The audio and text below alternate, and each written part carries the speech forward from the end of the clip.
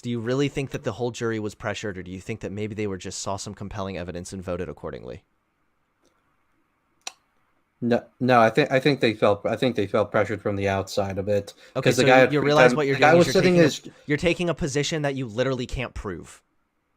You're unable to he prove was in that. the he was sitting in the his car with his drug dealer. Who was? Like George Floyd, he was sitting next to the guy with the red hat, What and is his this girlfriend pivot? This is a testified huge that he was pivot, handing bro. him No, no, no. This drugs. is a pivot, dude. This has nothing to do with anything. This is about whether Yeah, or not the jury was pressured into voting one way or not. You're taking the approach of I feel like they were. You're taking the feelings approach.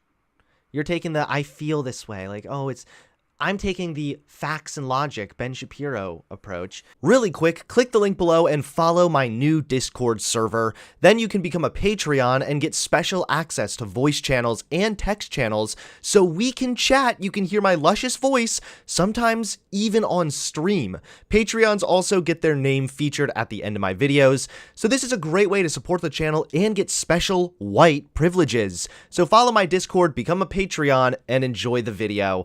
Thanks, guys. yeah, we're gonna be having a conversation today about BLM and if systemic racism exists or not in the United States.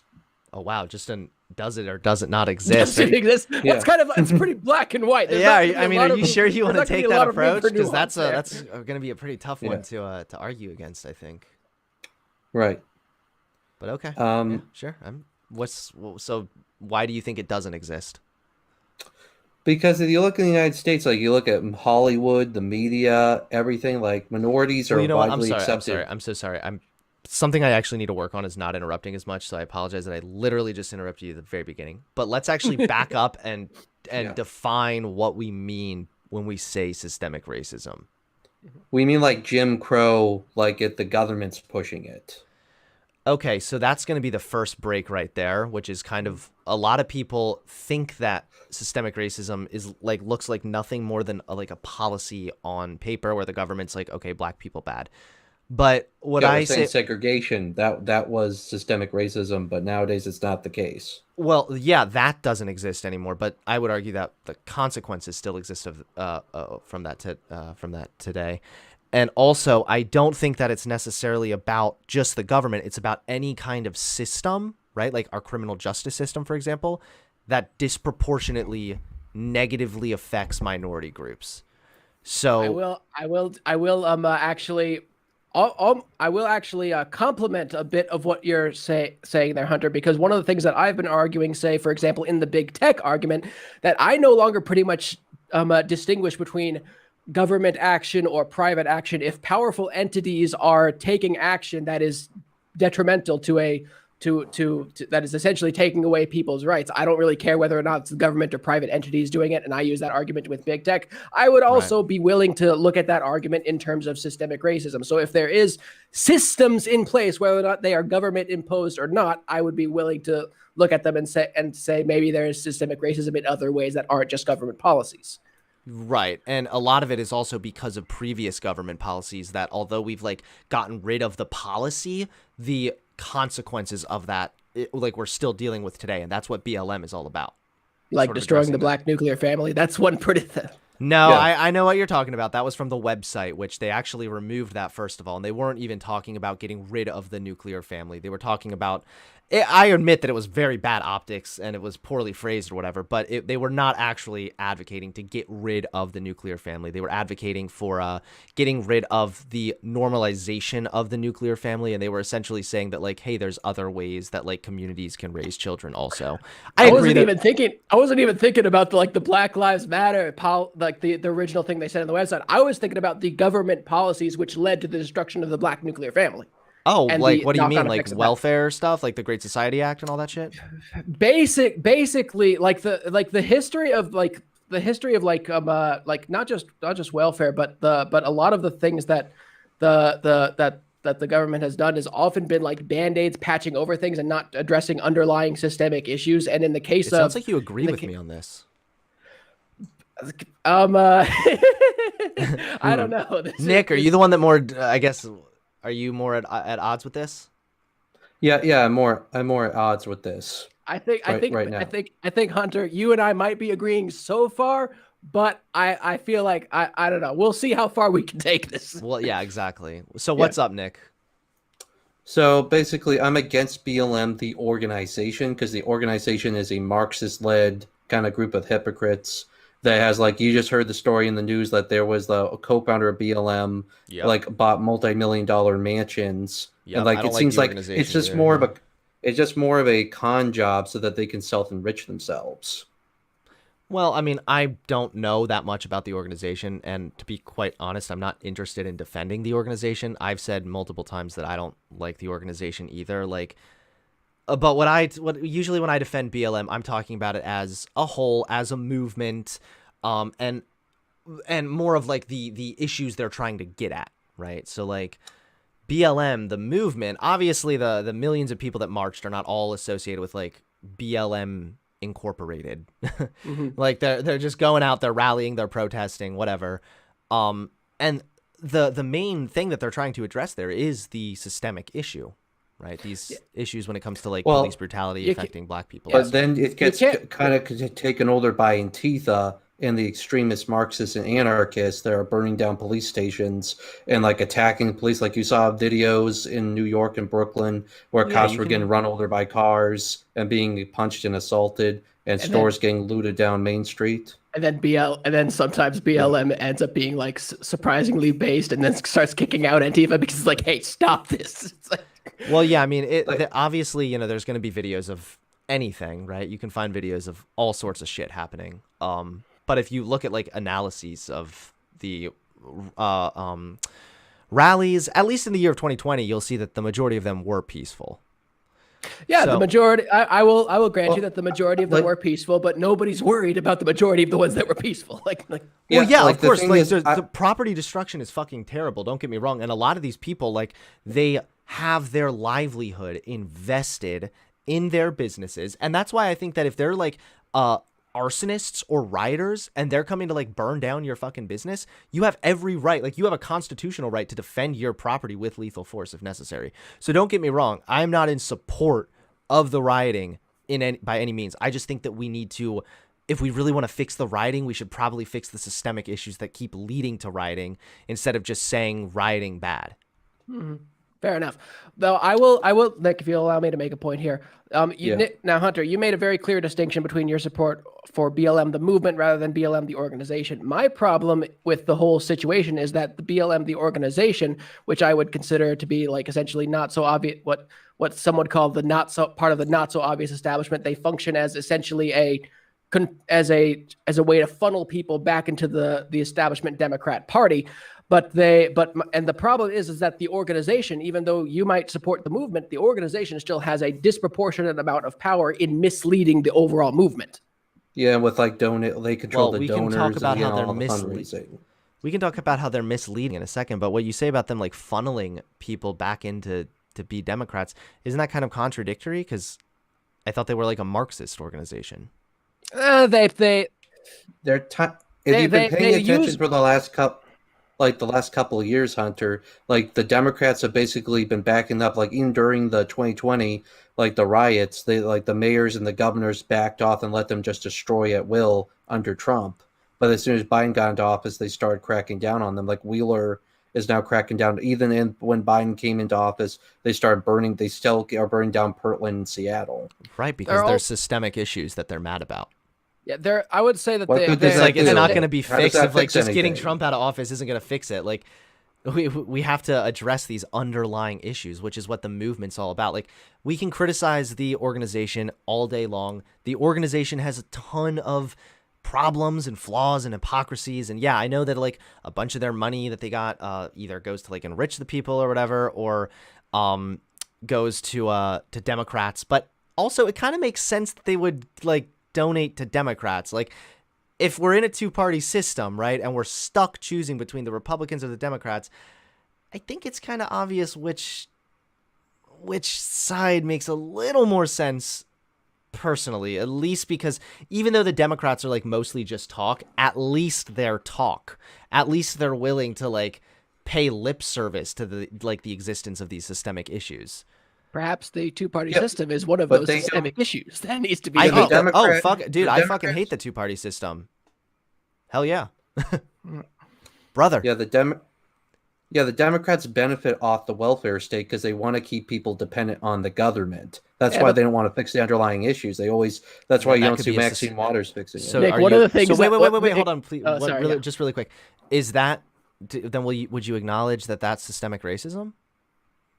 If there was a policy put in place like the Great Society Act or welfare or whatever, and it created a system that was disproportionately negatively hurting black people, even if the intent was literally to help black people, then would you acknowledge that systemic racism exists? No, that's just like the corporate class trying to keep control of the society and keeping the poor people down. Nick, That's a Pat, societal thing. But it's not just I will give Hunter corporations a here. We point here. also That is Who definitionally buys out the politicians, Hunter? It's the corporations and the 1%. I mean, what Special about like the interest group. police brutality disproportionate police brutality issue? That has nothing to do with the 1%. Or like the issues with black people being disproportionately sentenced to the death penalty or getting longer prison sentences compared to white people for the same crimes. Because like, they that has take a nothing to do with the disproportionate 1%. amount of. Because black people, if you look at gun violence and you look at violent crimes, they commit over 50% in the United, like 50% of the murders in the United States are committed by black people. That's proven fact. If I were to play gang devil, violence, if I were, but for hold on, the 13 Same thing, sorry. black people. the 1350 thing is a little bit of a predictable argument to be taking, just to say. But yeah, I know that black people commit a disproportionate amount of crime, but why do you think that So they're is? going to be disproportionately in prison because they're poor. So why do you think they're Basically, disproportionately poor? Do you think that there were previous policies that may have put black people in poverty? I don't know. I mean, the obvious answer, Nick, is yes. I mean, Yeah, of course. Like, you know yeah. what? Do you know what redlining is? Yeah, you had redlining. Before that, you had Jim Crow. You had like there's You literally had Jim Crow, then redlining, then the drug war, like one after another. And it seems that every time that there were periods in American history where, despite what they were facing, like for example, the 1920s, despite the fact that like Jim Crow was still around back then, black communities were starting to build themselves up. And then it seems like other policies that were intended to help them were put in place that ended up destroying all of that. Well, there progress. was some of that, yeah, but there were also policies that were put in place designed to literally hurt black people, like redlining and like the drug war. The drug war was actually done explicitly to like keep black people in the dirt. Yeah, basically. But the point, Yeah. the point. So Nick, the point that at least I would make is like, does systemic racism exist? Yes, but it doesn't need to like specifically be like my contention is that I can acknowledge that systems which divide and conquer us by race and screw people over sometimes by race. Definitely, I would acknowledge that they exist. My contention is that one of those systems is the constant pitting of black versus white. I mean, is that like what kind of a system is that necessarily? Maybe that's like a narrative sometimes, but like. All right, more of a narrative than a system. I would say. So when we're talking about systemic issues, right, we're talking about like either social systems or even like institutions that are kind of made up of social systems also, like our criminal justice system. I think that's a perfect example. And I think that might be a good place to start for you, Nick, because there are some really clear-cut examples of biases in our criminal justice system. Like repeatedly over and over and over again, it has been found that black people are given the death sentence more often. They are, hold on one second. I'm trying to actually like find this for you because I want to send you over an article, like read you something and not just give this to you off the top of my head. Well, usually like the death sentences for like murders, and if people murder other people, then they should be given the death sentence. Well, no, black people. State law says. Well, of course, but If they commit no, crimes, this is black people are getting black people compared to white people who have committed the same crimes and are in like the similar or in similarly situated circumstances, right? Black people, not necessarily the death penalty, but black people will get a longer prison sentence.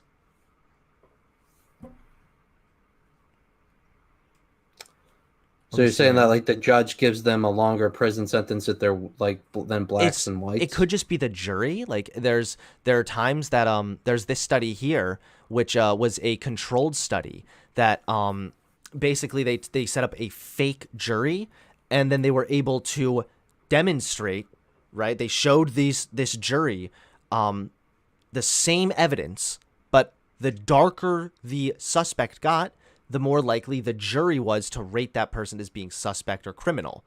Now, that doesn't mean that this whole jury is made up of secret white supremacists who actually hate black people and want to kill black people or something. What that means is that there's sometimes subconscious bias that might play a role. Sometimes we don't even think about the way that you kind of associate black people with criminality or whatever, and that can influence our decisions, right? So that's a system made up of people, like it's a criminal justice system, so it's kind of a mix of both, that negatively affects black people. And keep in mind that with this controlled study, the jury was not made up of just white people. There was a mixed bunch, a mixed bag in that jury, because, it's not about white people versus black people. It's about systemic issues producing disproportionate negative results. So I agree with, I know, I'm sorry, I'm forgetting your name at the moment, John. I know you mentioned the white versus black thing earlier, which I too agree that that's very stupid, that we shouldn't be saying anything about how all the white people are actually the racists and whatever. I think that it's, again, about systemic issues. It's not really an individual thing. I also think that the narratives perpetuated by the media are part of the system. So you get the media boiling it down into a reductionist black versus white thing. All white people are bad. That gets the white people defensive and more likely to want to take collective action to defend themselves, which would negatively impacts the other. I'm not sure why with all the media narratives, yeah, they can be pretty hyperbolic and inflammatory, as any business existing, they want to make money, so of course they're gonna go with the most inflammatory stories they can possibly cover. But yeah, I'm sorry. I'm saying that the media. Could you just repeat that one more time, Nick? I'm saying that or John, sorry, about the media creating the narrative. I'm saying that the media is part of the overall system and the narratives that they create, and they will create narratives for different sides. They always create a left and a right. And part of that is in my opinion, is to mislead people from actually getting to the root of the real issue. So what do you think the root of the real issue is? I think the root that is a deep question. Ultimately, I think the root of the real issue is opportunity and self-determination. Basically, okay. It's when there have, like I said previously, there have been periods in American history where, despite everything against them, black communities were starting to build themselves up, and then they got squashed, basically. Mm-hmm. And so which demonstrates to me that given the right opportunities, they can build themselves up again. But there has to be two things to that. Number one, communities have to have self-determination. It can't just be white people swooping in and trying to be the white savior. They have to develop their own leadership. Secondly, but there does have to be an element of people putting. There does have to be an element of people putting aside their racial differences and realizing that we might be getting screwed to different extents. But in my opinion, we're all getting screwed under the current system.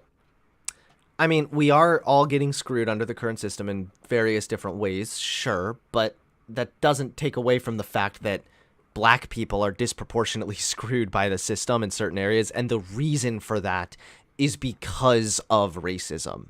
And I can acknowledge that. I would say that the solution ultimately for solving the screwing over of people will require cooperation and us working together, which will... And us acknowledging systemic racism. Right, Nick? Yeah. No, not really. I don't agree with that. See, Nick, the difference is... Well, hold on. Let's see, Nick, I'm not coming at this from a woke perspective. I'm not coming... Nick, let me reassure you that I am not coming at this from any type of woke perspective at all. But if you, for example, if Republicans often use the term, the Democrats are the real racist. Well, that would still be an example of systemic racism, if that's true. True. Yes, that's correct. You're just talking about like subconscious bias or something like that against like black people, like in juries and stuff. But what I was thinking about when you're talking about the police, like when the black BLM is talking about like abolish the police because all the police are racist and stuff, and there's systemic racism Mhm. in the police. I mean, I don't think it's society at large because if you look at it, it's a lot more inclusive than it used to be, like compared to like 30 years ago. Look Sure. at like the media, Hollywood, it's not nearly as bad for black people as it used to be.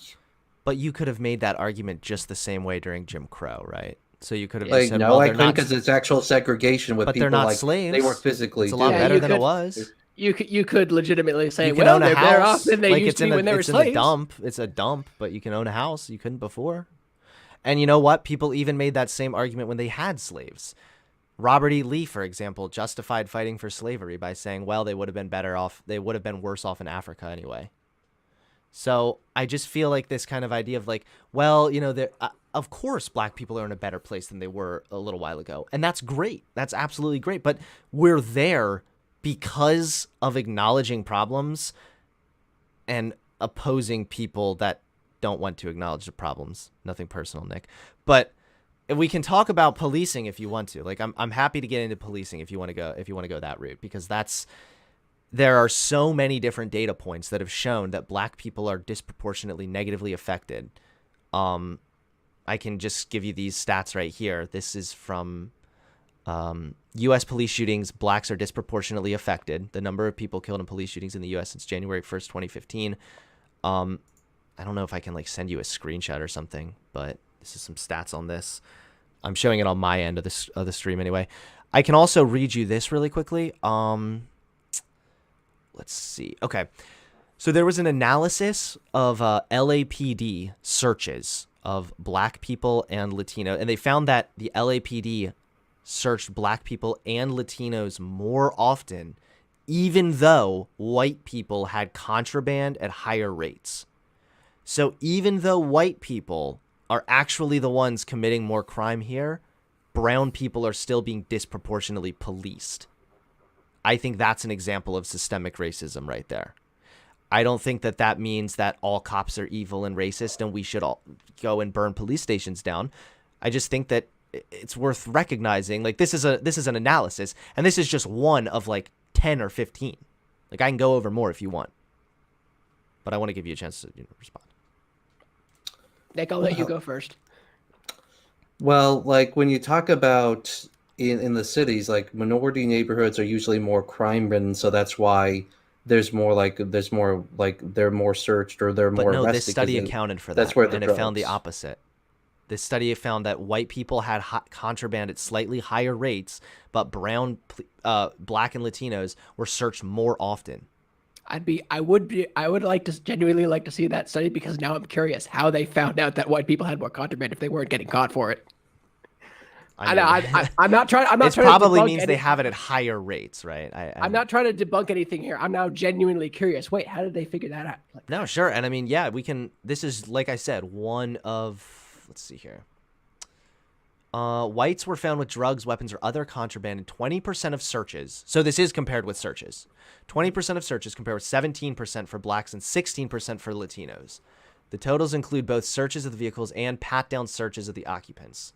Racial disparities in search rates do not necessarily indicate bias. They could reflect differences in driving behavior, neighborhood crime rate, and other factors. So there could be other factors there too.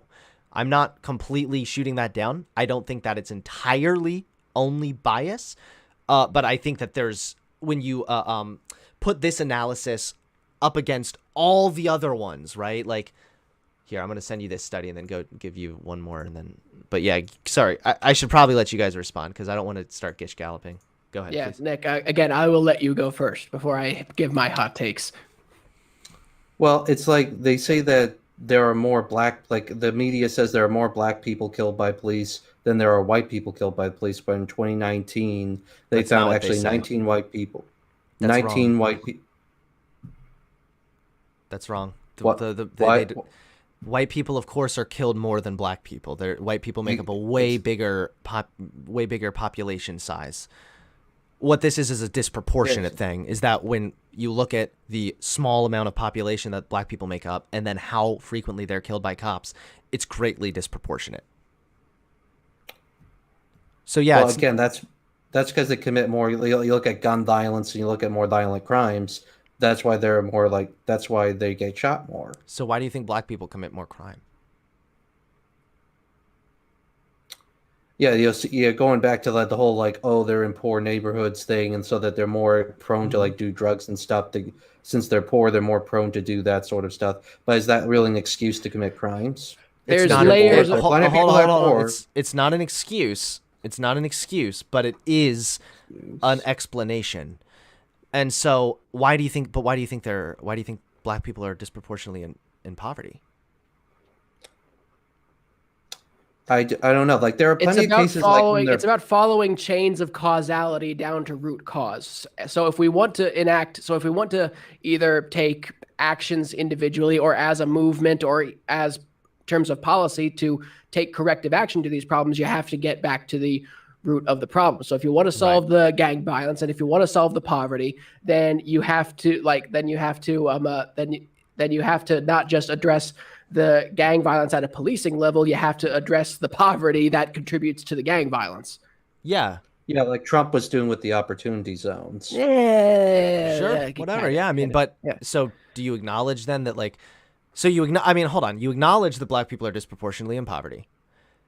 You're just like the reason for that, right, is a series of events. All really can be traced down to pretty blatant racism.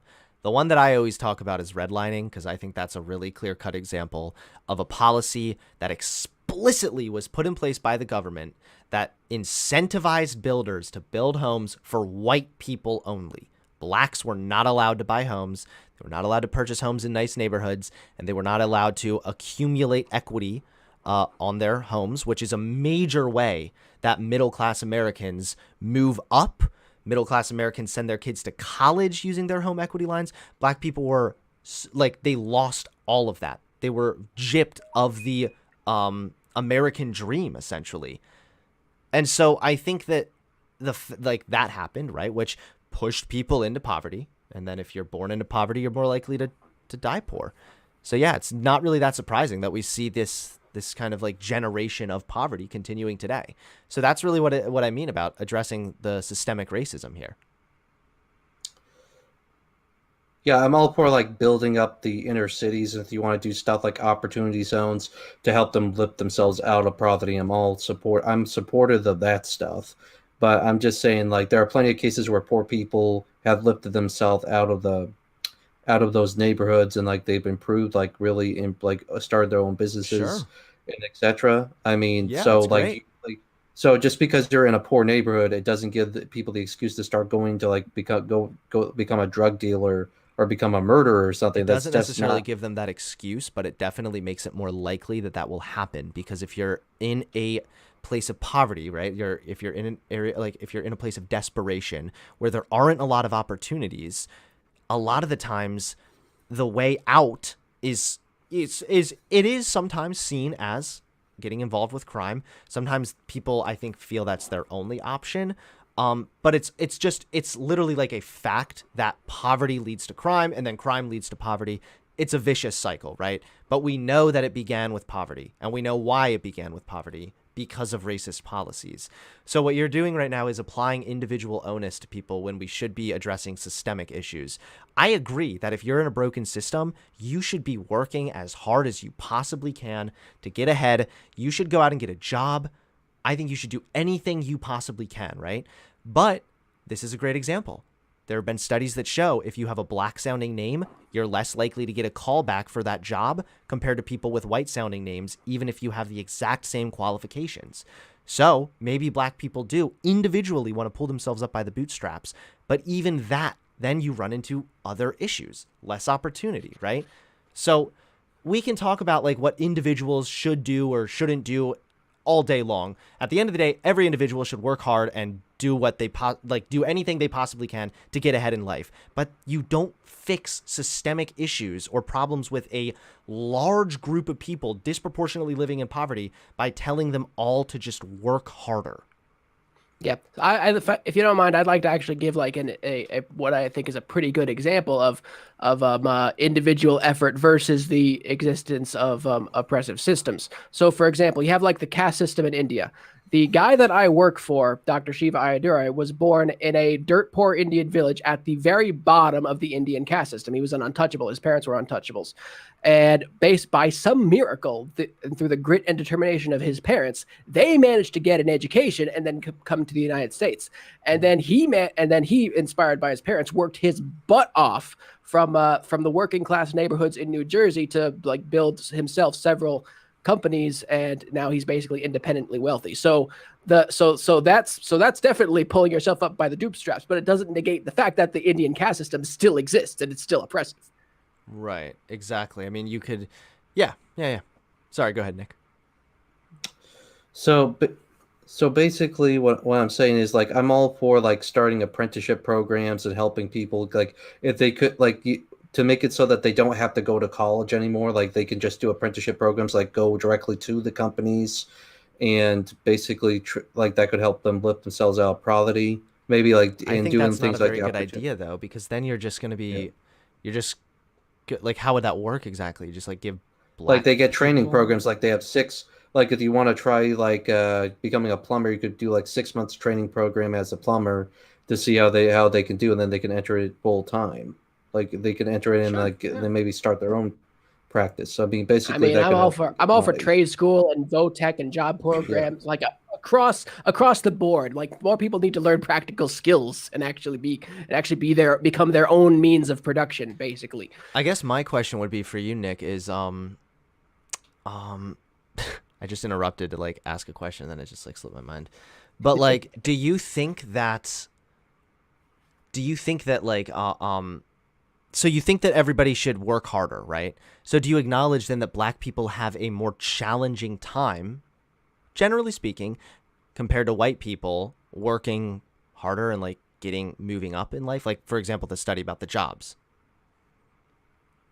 Well, Like do no, you, because you look at all these corporations, they're all woke now, and they're basically like all about, oh, we need diversity this and diversity that, and we need to get more black and like gay people in the workplace and on like the board of directors and stuff. So the people who are running these companies, they're a bunch of CGW warriors who are on like went to Berkeley University and went to a bunch of other I liberal mean, they're Yeah, but colleges. in a let's be sense, honest. So they're also capitalists, which they're really just ultimately trying to make money, right? And right now, it's socially popular to be uh, pro BLM, and so they're gonna capitalize on it. That's very common, but that doesn't change the fact. Like, just if diversity is like hip and hot, and you have some like companies that are like virtue signaling, doesn't really change the fact that there have been like repeated studies now that have demonstrated that people with black sounding names, if they send in a resume, they're less likely to get a call back as opposed to a white person with the exact same qualifications.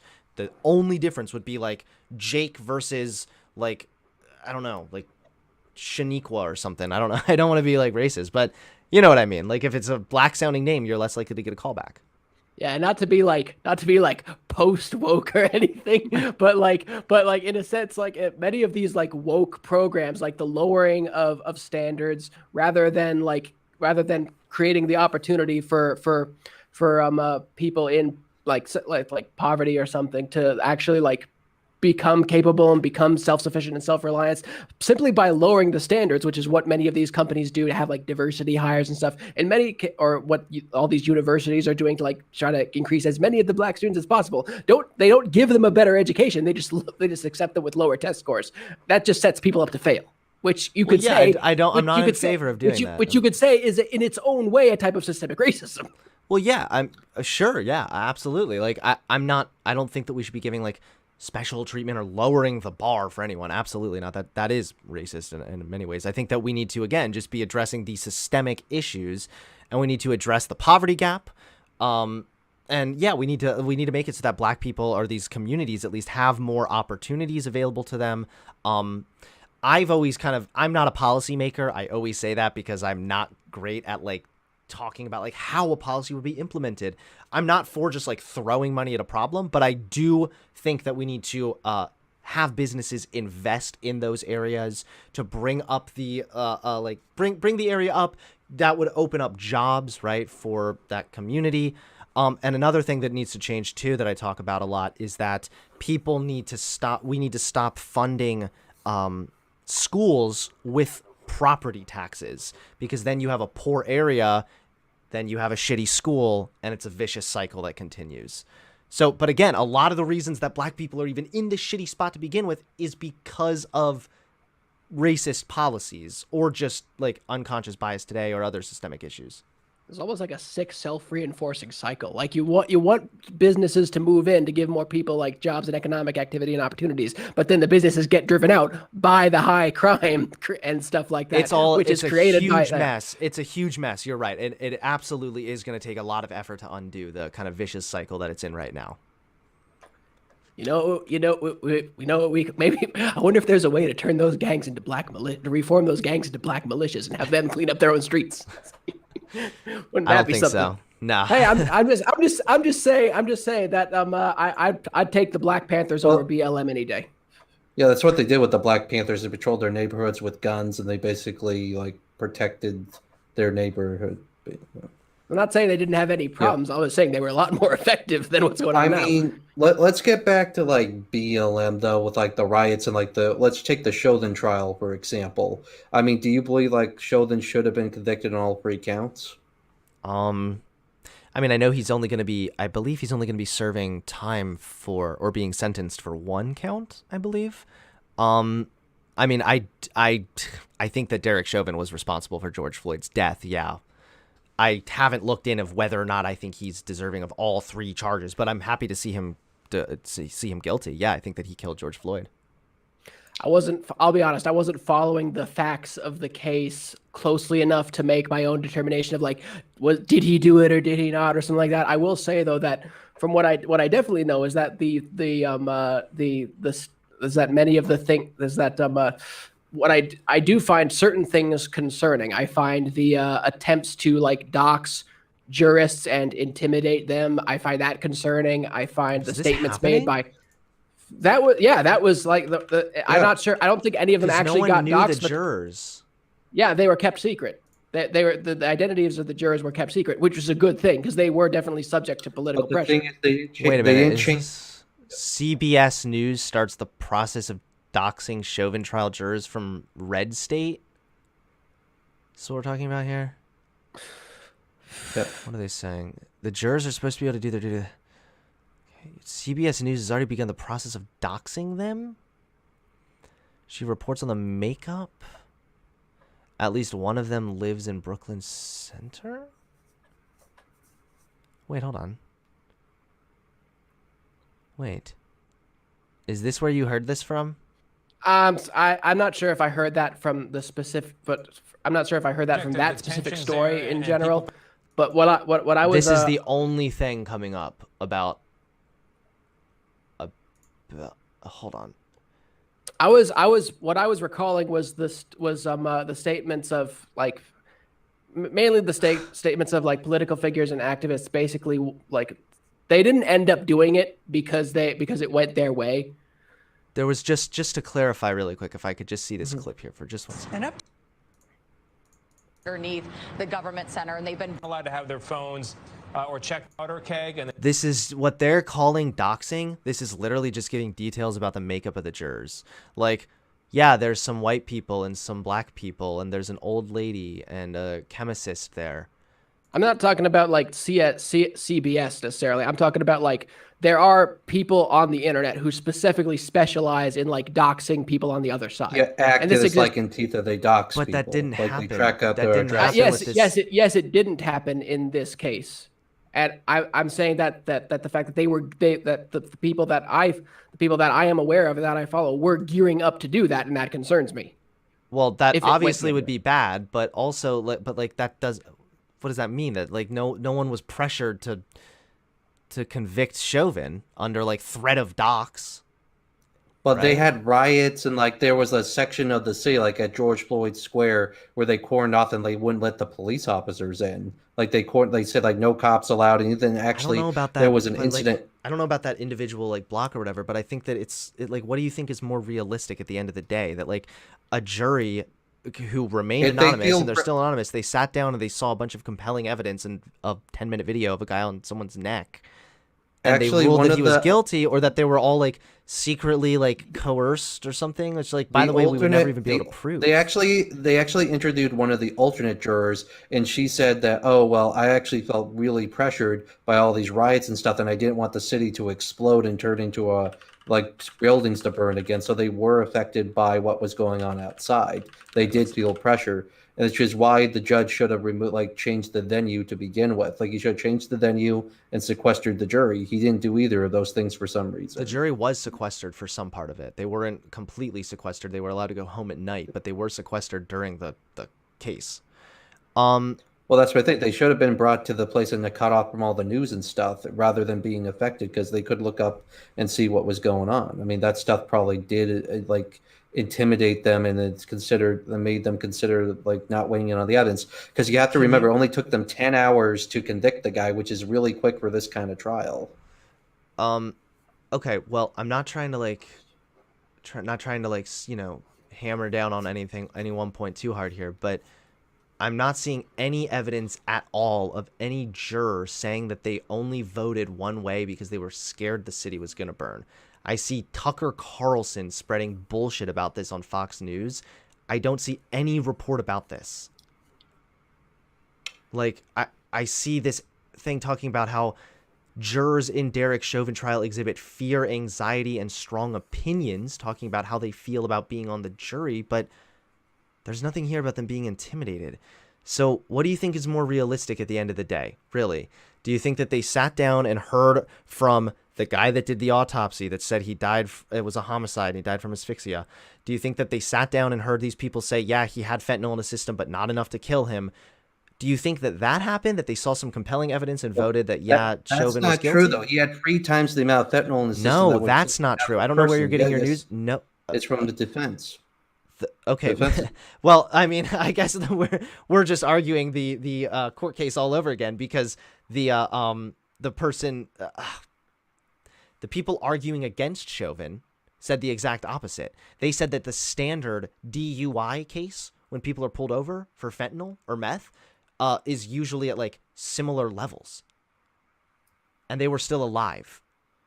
So you might have some, yeah, you're going to have people, different things, said here and there. But at the end of the day, what do you really think happened? Do you think that these people sat down and saw some compelling evidence, heard both sides, saw the fucking body cam footage and said, yeah, Chauvin killed this guy.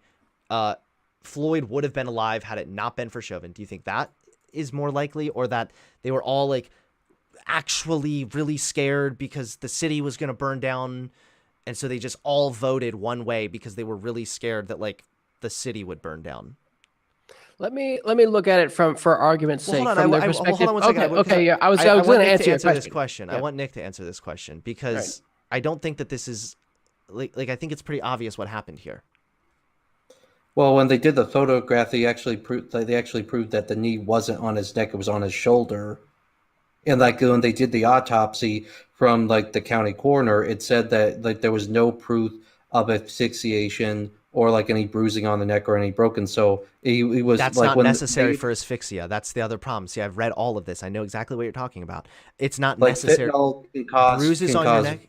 Bruises on your neck is not necessary for you to die from asphyxia. So it could have still been asphyxia, regardless of whether there were bruises or not. Second of all, the Hennepin County medical examiner testified under oath that yes, Floyd died from asphyxia and neck compression.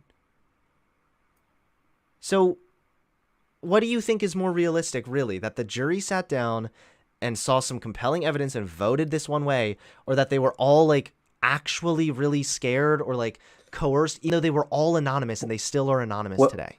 Well, the other thing about it is like they have to prove like he did, like Chauvin showed neglect, but he was trained in the Minneapolis to put like the knee near the neck area, because they actually showed like a photo of that. Well, I know what you're talking about, that was standard training at one point, but I don't think that was standard training for the Minneapolis. If I'm not mistaken, they testified under oath that also actually, you know what? I'll just go ahead and look it up. Hold on.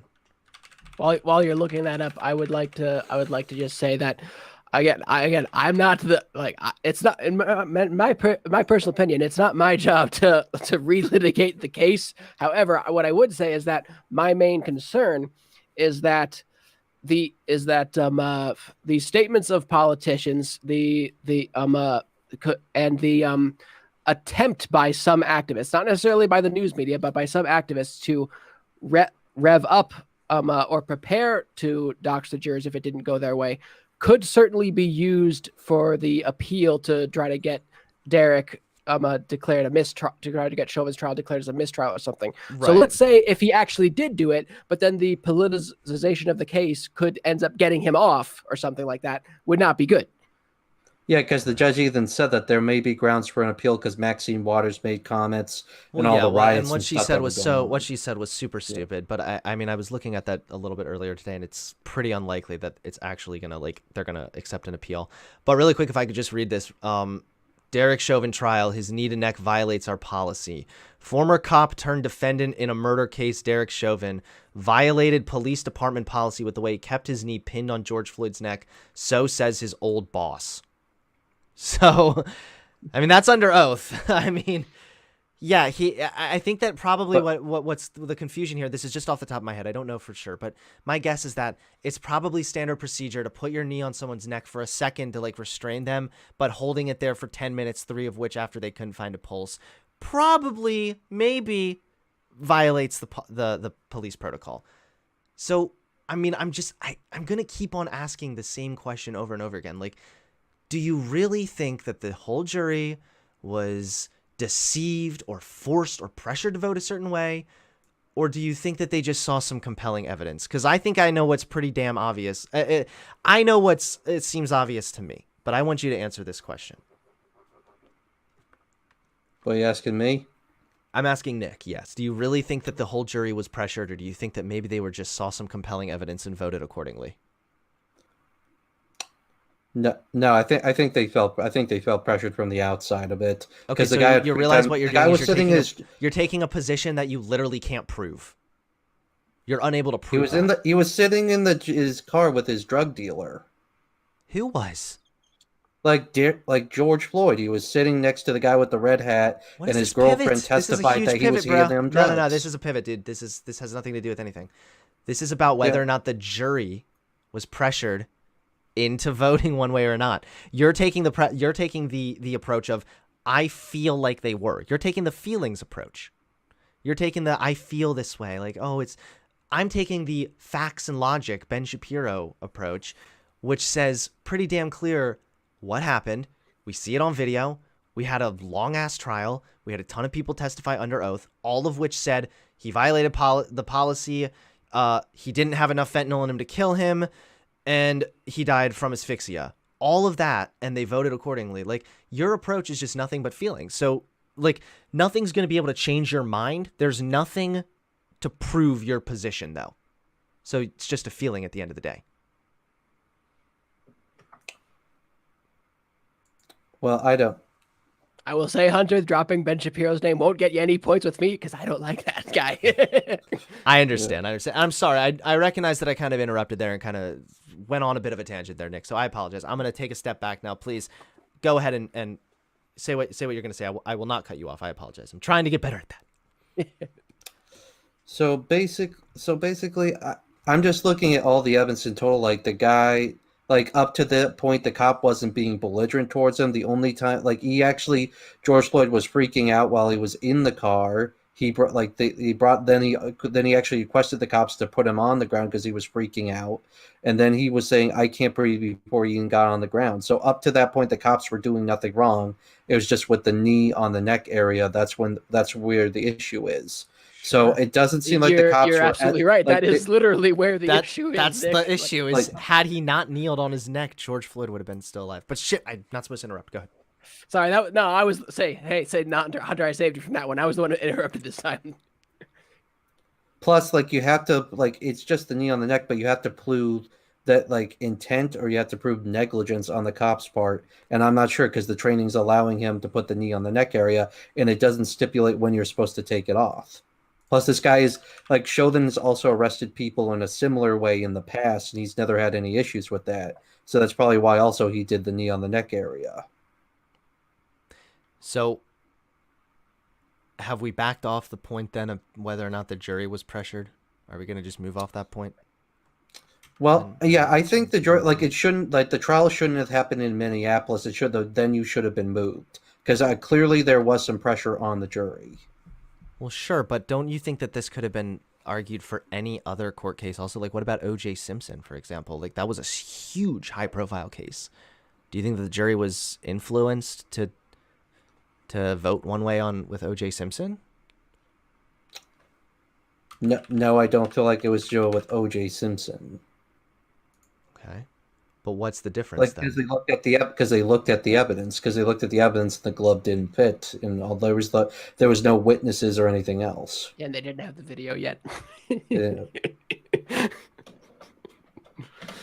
I mean, But- that's so they looked at the evidence for O.J. Simpson, even though they had a ton of pressure on them, right, one way or another.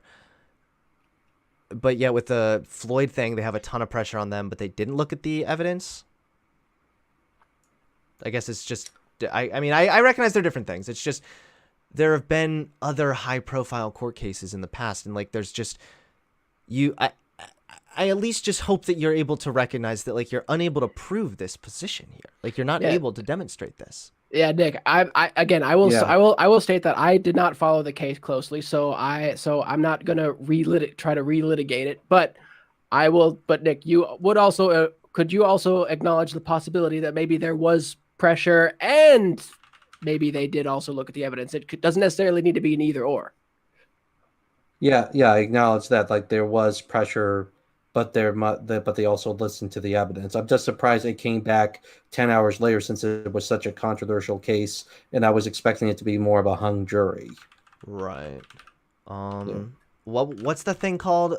Dehabilitation? Is that what it is? When they go off to make the decision? Deliberation. Deliberation. That's Yeah. right. Let's see. I'm wondering what like the standard is. I've only been on like a jury once, but that was a pretty simple. It was a very clear cut DUI case. Yeah, I went through jury selection, but they didn't select me because, like I'm a white, like it was a minority person. The guy was on he was an illegal immigrant that did actually drunk driving, but they didn't want to select, the defense team didn't want to select me. I mean, I was in a pretty similar situation, but they still selected me. Maybe I just played it cooler than you did. Yeah, I don't know. Yeah, I mean, I just think that there's going to be pressure. It's a high profile case, of course, but that's why the jurors are anonymous. You would have a really good argument for if they weren't anonymous. You'd have a really good argument then for there being pressure, but that's exactly why we keep them anonymous, right? So I'm willing to accept the fact that Derek Chauvin killed George Floyd. And, part of the reason, kind of getting back on track of the overall systemic racism conversation here is part of the reason that made people so angry is because that is indicative, again, of a systemic issue, a disproportionate reality that black people are falling victim to police brutality disproportionately. It's really I will sad. acknowledge that like that photo, just that photo of Derek Chauvin kneeling on George Floyd just encapsulated a perfect symbol of what a lot of people believe is their reality. Also, Basically. if I apologize because I know I'm probably coming off a little bit petty and being like, actually, you're wrong about this, blah, blah, but like Chauvin, you said that like Chauvin never had issues before, but like he did. He had 18 complaints on his official record, and he was involved in 3 police shootings, one of which was fatal. Now, of course, that doesn't always mean that I'm not saying these police shootings weren't justified. I don't know the situation, but he had 18 complaints on his record. Like this, he was no angel, man. This guy was no angel.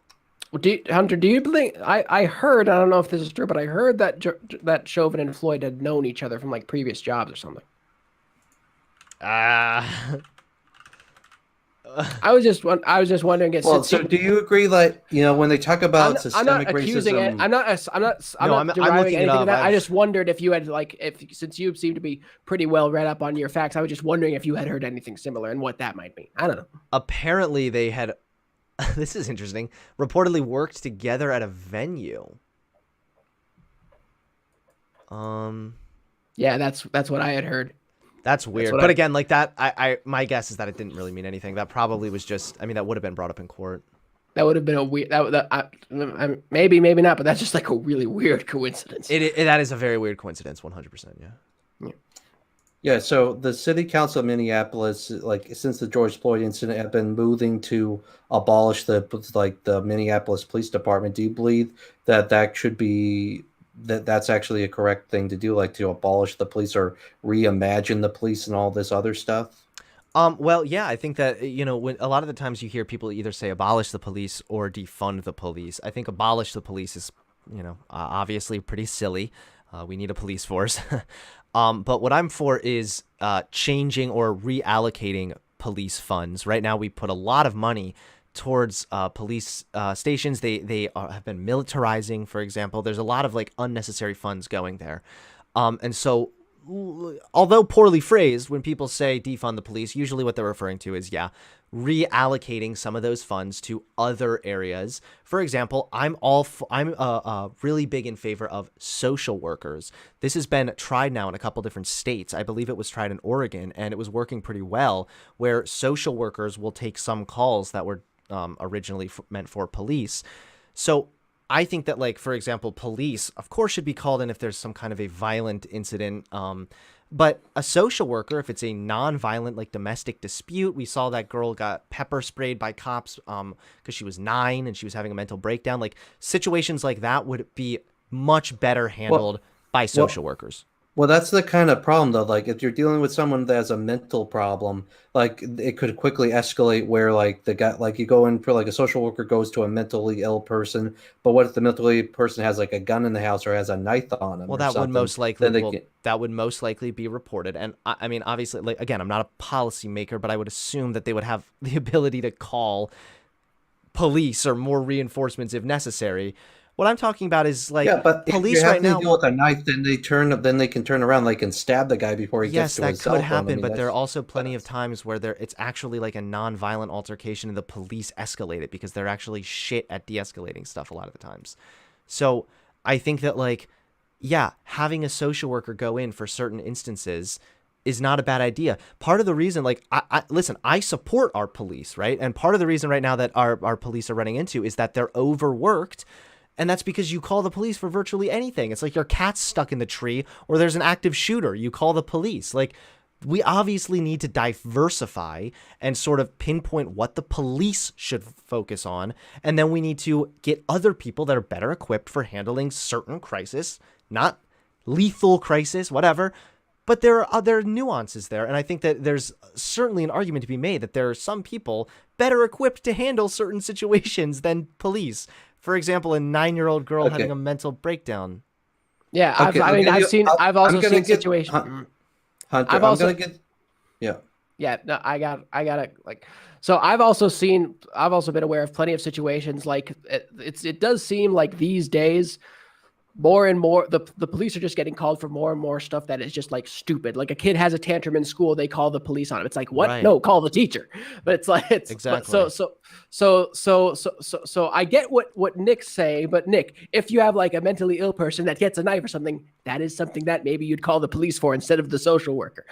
But right, exactly. Well, I'm gonna give you guys a personal example. My uncle was a state trooper down in Connecticut, and he went to answer a domestic, like a, disturbing the peace, like somebody was making a racket noise complaint.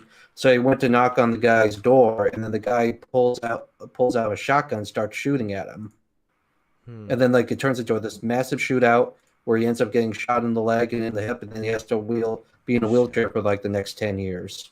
So you don't know, like, when you're a police officer, you don't know what situation you're walking into when you take even like a noise complaint call. They could quickly escalate and, like, they could pull out a Glock. Well, yeah, that could happen, sure, but, like, again, there are plenty of times that doesn't happen and that police are called for non-violent disputes. That's just completely unnecessary. I mean, if the cops are there, then they could just call, like, if they determine that they need a social worker there, they should just phone them in there. Like, the cops should be the first responders, but then if they just need a social worker to deal with a mentally ill person, they should just call them in. like they do with a supervisor. Like if they have an issue with somebody, they call in a supervisor, get somebody to call in like a social worker. So you agree that we should call in social workers sometimes? Yeah, but not initially for the initial response. They should look Well, I and didn't see say that. I what didn't say for the exactly. initial response. Yeah, obviously, if there's like, if you're walking in the mall and you hear, shh, shh, everybody get down, then no, you shouldn't like be like, hi, social worker, we need help. But like I said, I'm going to keep on pointing to the one example because I think it's a really good one of where social worker would have done better, which is the 9-year-old girl. She was resisting arrest. She was having a mental breakdown. And then the police, even though they had her in handcuffs, pepper sprayed her. Like, that's indefensible behavior. They were suspended for good reasons. This is admittedly my first time looking into this. But there's this thing called CAHOOTS, which is something in Eugene, Oregon. And it goes into how social workers and police are sharing responsibilities. This has actually been going on for 30 plus years.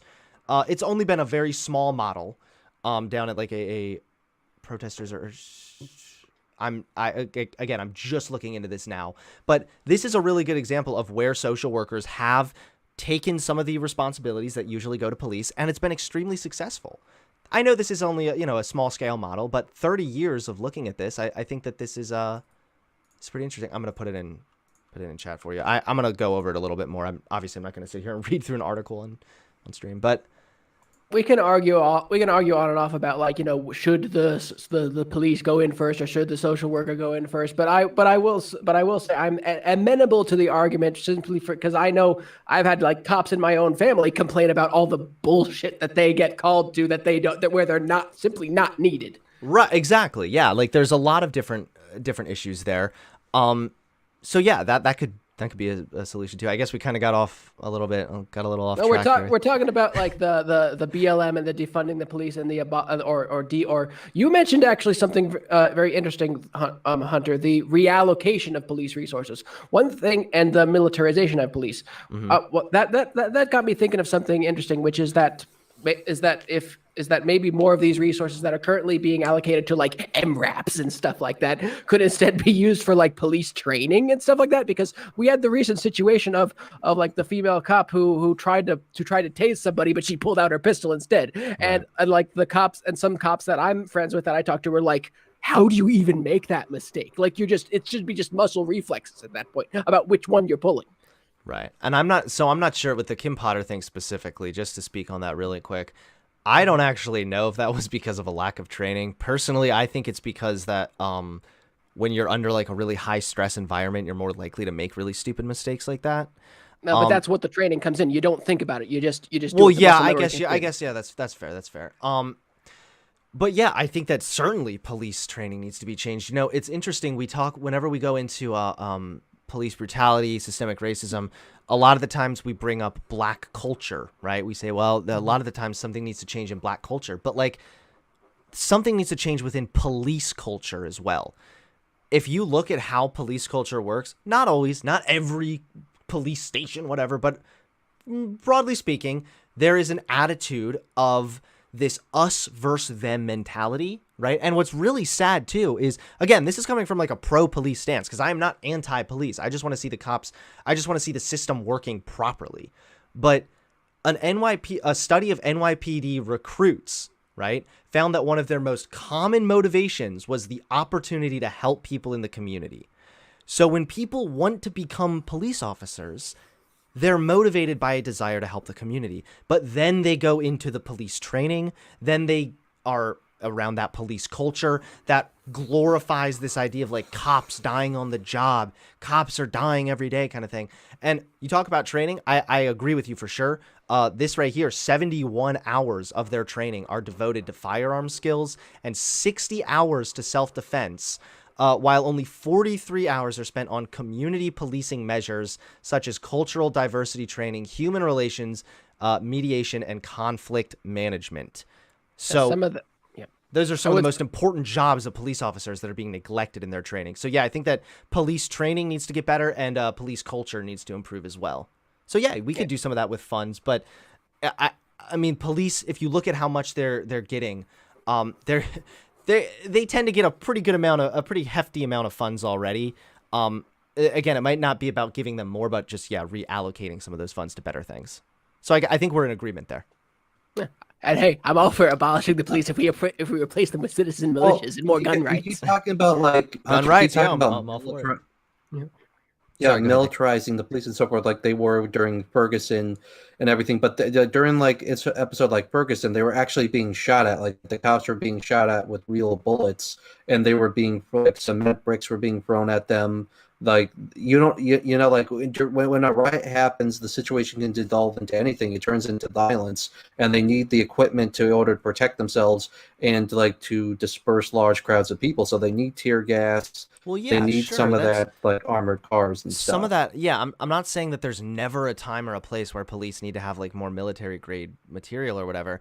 Sure, absolutely. But just overall, generally speaking, the militarization of the police in general tends to undermine trust of the police and actually hurts like community police relations. So I'm not saying that the like police should never have to use like tear gas or something if there are people that are like shooting at them or whatever. Yeah, of course. I'm just saying generally speaking. I was making more of a broad argument there. I I should have do been more think there clear. is a bit of a psychological element too. When you're constantly like kitted out like soldiers, you're dressed like soldiers, you're armed like soldiers, you start to think like soldiers, basically. Like Right, and clothes that's make them also get. reinforced by the police culture also, right? Like the whole us versus them. I can send you guys this article too. This is from the Atlantic. Goes into a really good in-depth thing on how the culture of policing is broken as well. But that's kind of a like that can play a role in bias, sure, but I think that that is a little bit aside the point from our systemic racism conversation. I'm more interested in like the overall, like in multiple different states, multiple different studies, all showing that black people are disproportionately searched, black people are disproportionately pulled over. Um, let me find. Hold on. There was one that I really wanted to find because earlier we talked about that one. Hold on. Okay, so here's a 2014 study looking at 33 years of data. They found that after adjusting for variables such as the number of victims and brutality of the crimes, jurors in Washington state were 4.5 times more likely to impose the death penalty on black defendants accused of aggravated murder than on white ones. And there are also studies suggesting that black people are more likely to get the death sentence if they've murdered a white victim versus if they've murdered a fellow black victim. And there was another one too that showed that black people were less likely to be pulled over at nighttime when their race wasn't actually able to be identified. Those are just a couple. I mean, there are some here that review over 100 million traffic stops that found that 100 million traffic stops conducted across the country. We found that black drivers were less likely to be stopped after sunset when a veil of darkness masks one's race, suggesting bias in stop decisions. That's just one bias, though. That's not talking about all the other scores of data here that we can go over. But Okay. Okay, like when you're talking about traffic stops, like I don't know the situation where maybe the cop has a reason to pull them over, and like a police officer has the right to pull you over. Like he can ask you for your license and registration whenever he wants, basically, or if he thinks you're speeding and so on and so forth. you So have as to have a long as you reason, right? Yeah. cooperate, You have to have a reason, yeah. So as long as you cooperate, go ahead. Yeah. yeah, as long as you cooperate, then you won't have the problem. Like you just comply with the officer. You're polite towards the officer. You get him license registration. He says, "Go on with your day," or worst case scenario, he'll gives you a ticket. But then when you see the interactions with the cops, sometimes it escalates, and people kind of like the people egg the cop on and so forth, and they. Like people, it's not just the problem isn't just on the police. It's also with the people and how to interact with the police and how to like handle their stuff gradually and like knowing the laws. Do you think it's more important for the police to be trained to handle crisis or for people to just not resist arrest ever? Well, it has to be kind of both. It has to be both on the cops' part. It needs to be on the person's part because they need to know how to handle dealing with the police so that the situation doesn't escalate too. They need to. There needs to be. I would be totally open to like creating more dialogue between the police and the community, and then seeing how like you can fix the police training and just like sit down with each other and see how they can fix things and like train the police so that there's no more issues because sometimes I don't think the cops are aware what the laws are, and the people aren't aware like what the procedure is either. Right. I mean, Yeah. it's also really easy, right, to just say don't resist arrest, but like look what happened to like people like George Floyd, right? Like he wasn't resisting arrest for 10 minutes, and that didn't really go so well. Yeah, there's been plenty of I think that examples of like, I mean, this is there, not like a black versus white example, but there are plenty of examples of like legal gun owners that just you have a gun at your belt, you're not carrying it, but like the cops get more antsy with you anyway, just because you're legally exercising your rights. right. Yeah, exactly. Yeah, I mean, and we can look at other stuff too, like racial profiling. Here was a study from 2009. It was a study of traffic citations issued in the Cleveland area. They found that while blacks represented 38% of the driving population, they received 59% of police citations. Interestingly, when it comes to readily observable violations such as red light running or speeding, the numbers were more even. Whites actually received a greater percentage of speeding tickets. Black motorists, however, were far more likely to be pulled over and cited for violations that are either much less obvious, like seatbelt violations, or that aren't readily observable at all.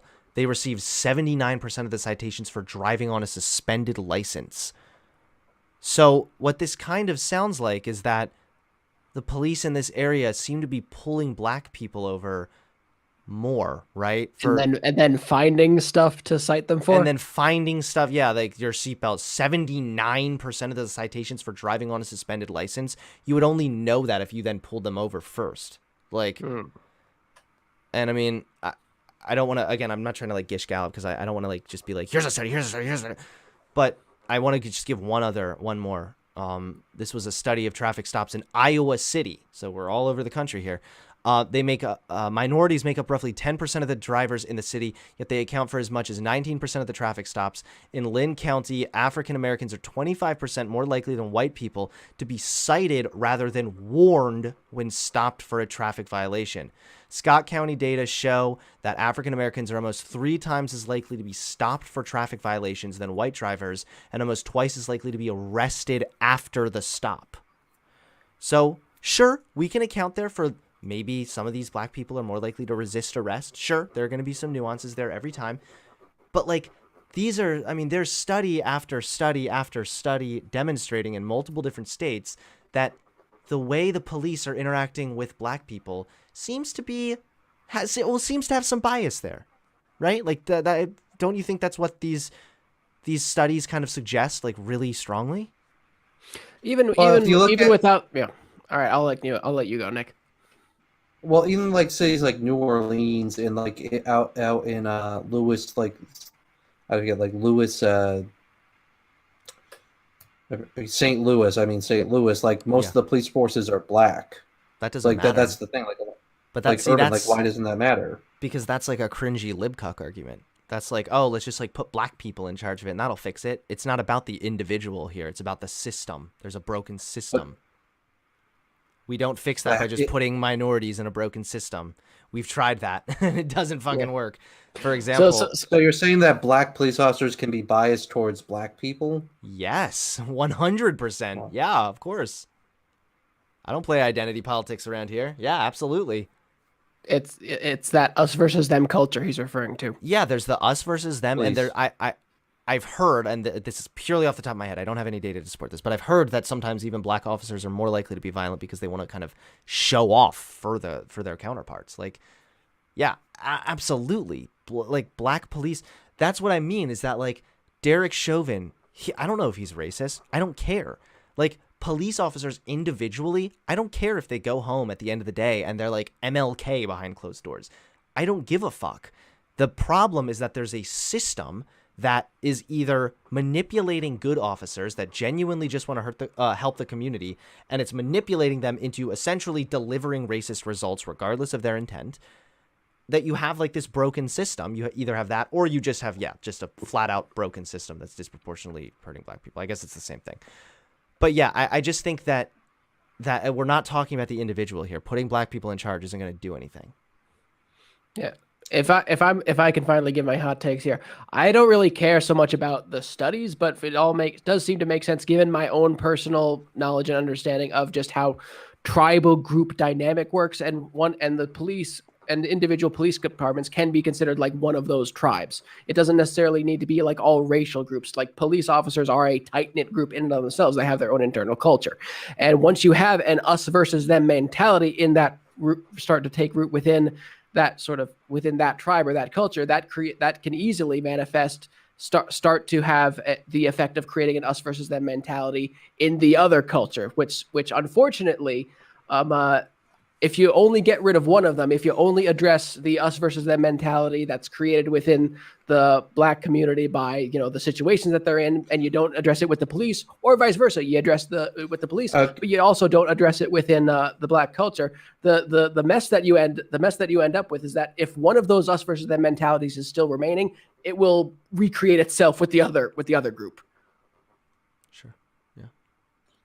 Yeah, so I think the first step to like fixing this whole like Black disparity problem in the economy and with the poor people, like with Blacks in the poverty, is basically we need to take race out of the discussion. Like there are some people that say we have to just stop talking about race, start talking about people. Maybe like fixing the tax codes so that like people that are in the lower income brackets can pay less taxes, or maybe just put more, so that we take less pressure off of them. Like we help the middle class, we help the lower middle class, and that will also help the minorities, like what Trump was doing with the opportunity zones, or like changing the systems, because we have to think of us as a whole rather than us divided between races, because the true struggle of the 21st century isn't between races, it's between social classes.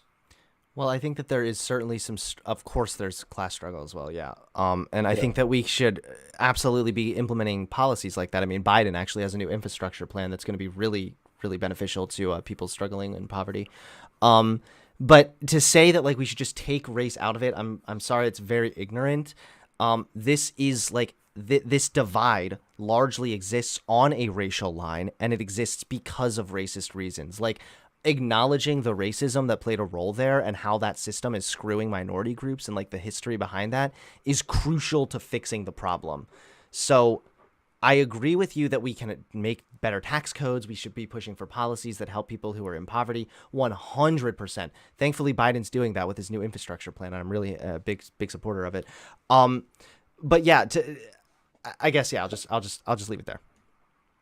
Like, how does that help the country though if you're ballooning the deficit? And a lot of the stuff he uses, like it's like with the stimulus package, he didn't use any of the money on the stimulus package. He used it on like stuff like gender programs overseas for Pakistan and like the Kennedy Center and stuff. I mean, there was just some of how that does was that help cringy. the country? I don't know a lot about all of that. I thought that was, for some reason, I thought that was still under Trump. No. Yeah, let me pull. I can pull it up for you if you want. I mean, it's not going to be funded by a deficit as much as an uptick on taxes of the very wealthy. That's going to fund it over the next 15 years. But the thing is, he's not going to be able to drain all that money from the rich people. He's going to have to tax the middle class too.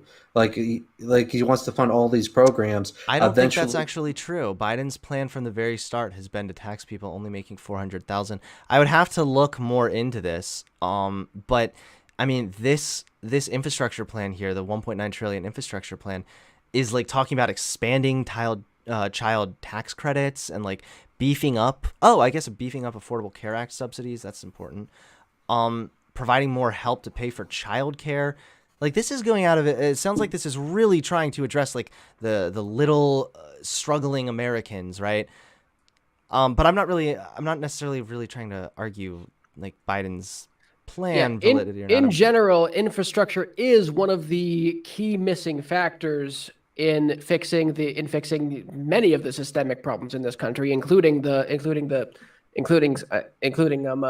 like systemic poverty and systemic racism in various communities. Yeah. However, I will say, and like I believe, I forget if this is the exact statistic, but I believe like if you put $1 of taxes into infrastructure, you get like, I think it's something like $1.40 back in generated economic activity because of that infrastructure, if it's genuine infrastructure. But if you just put that same dollar into like free stuff, for example, you lose 60 cents on that dollar. I don't know if I'm citing this exactly correctly, but it's something like that, I believe. The problem I have with Biden's infrastructure plan is that, number one, the redefinitioning of stuff that is considered infrastructure. Like, there is some genuine infrastructure in that bill, from my understanding. There's also a lot of pork. Maybe I shouldn't have brought up. I was just mentioning it, that I think that some of this is gonna go to help like the middle class, and some of the stuff you're talking about, the poor people. Some of the stuff Nick was talking about, I thought this would, maybe kind of apply there, but I'm not really trying to argue the validity of this plan or not. I do support it, but right now I kind of want to just stick to the systemic racism talk. I would actually agree we that have been talking now for about an hour 15.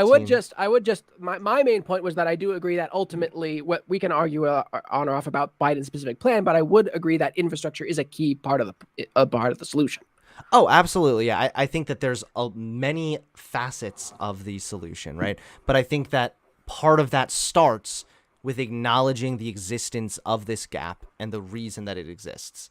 And that answer is really largely because of systemic racism, multiple problems with police force, criminal justice, and whatever.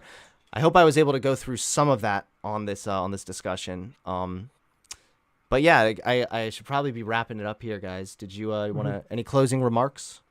I guess, Nick, I'll let you go first. I guess there is some problems in the past. There have been problems right now, but I was talking more when you talk about the actual government in society accepting minorities and stuff. There's no systemic racism there.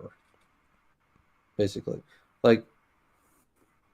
that's basically what I say. But I think we all can come together as an American family, because the only race there really is the American race. And we can make this work together, and we can help improve the situations. And if we help uplift everyone in the lower middle class and help America become great again, then we can we can improve everyone's situation. There you go. Yeah. All right. So I would say that my take for it is, and I'm going to use this opportunity to answer actually one of Nick's points that he about them taking race out of everything. Personally, I've come to the point where I have no problem discussing race, because I think the reason why so many people get wrapped up in that is because they're so used to race being discussed, particularly white people are used to race being discussed in a toxic way, either having to apologize for their own race, or in all the woke ink stuff, which I think is itself systemically racist. But it's just I have no problem acknowledging group dynamics and stuff, and I think being able to look at stuff with